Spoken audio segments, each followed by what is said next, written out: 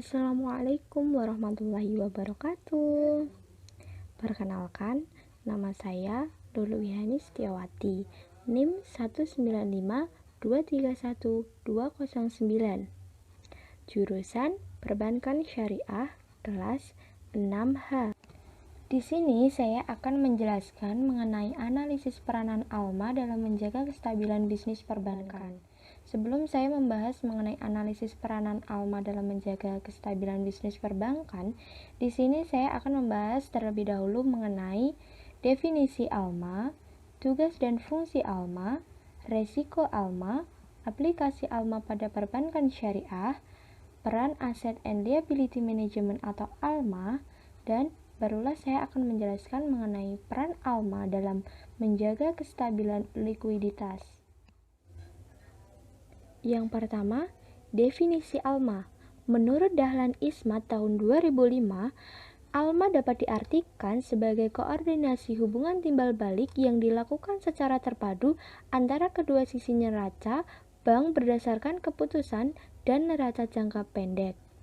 Kemudian, definisi lain mengenai ALMA adalah fokus utama dalam manajemen bank serta merupakan suatu proses perencanaan dan pengawasan operasi perbankan yang dilakukan secara terkoordinasi dan konsekuen dengan selalu memperhatikan perkembangan faktor yang mempengaruhi operasi bank, baik faktor internal maupun eksternal. Yang kedua, di sini saya akan membahas mengenai tugas dan fungsi ALMA.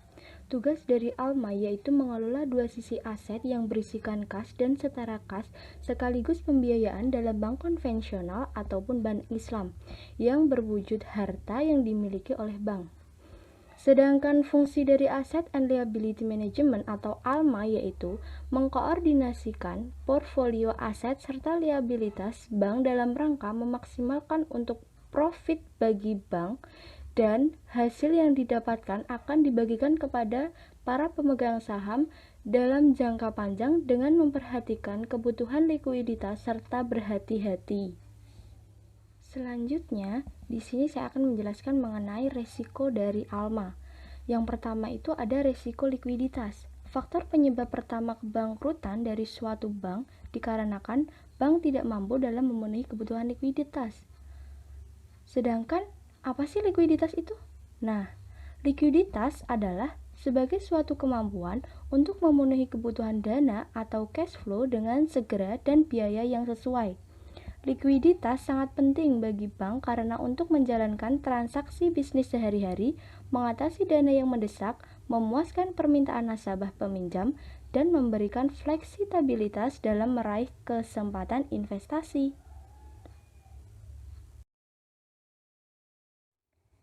Resiko aset yang kedua yaitu resiko kredit. Resiko kredit ini muncul apabila bank tidak bisa memperoleh kembali cicilan pokok atau bunga dari pinjaman yang diberikannya dan investasi yang telah dilakukannya. Salah satu penyebab terjadinya resiko kredit ialah bank terlalu mudah dalam memberikan pinjaman atau melakukan investasi, sehingga bank selalu dituntut untuk memanfaatkan kelebihan likuiditas. Yang keempat, saya akan menjelaskan mengenai aplikasi ALMA pada perbankan syariah. Sebagaimana bank konvensional, bank syariah juga merupakan lembaga intermediasi antara penabung dan investor. Perbedaan bank konvensional dan bank syariah terletak pada dominasi prinsip berbagi hasil dan berbagi risiko yang melandasi sistem operasionalnya. Kemudian, karakteristik yang kedua adalah sistem operasional bank syariah berdasarkan sistem equity, di mana setiap modal mengandung risiko. Dan yang ketiga, yaitu dalam melakukan kegiatan pembiayaan, bank syariah menggunakan modal pembiayaan muamalah, ma'aliyah, PLS, dan non-PLS. Selanjutnya, pembahasan yang kelima yaitu mengenai peran Asset and Liability Management atau ALMA memiliki peran di dua sisi, yaitu pada aset dan liabilitas. Dalam sisi likuiditas, Alma berperan untuk mengelola komposisi setiap portfolio, aset, dan liabilitas untuk bisa mendapatkan pendapatan optimal dengan resiko yang dapat diterima serta mempunyai cadangan likuiditas yang cukup untuk membayar kewajiban yang akan jatuh tempo. Kemudian, pembahasan yang terakhir yaitu mengenai peran Alma dalam menjaga kestabilan tingkat likuiditas.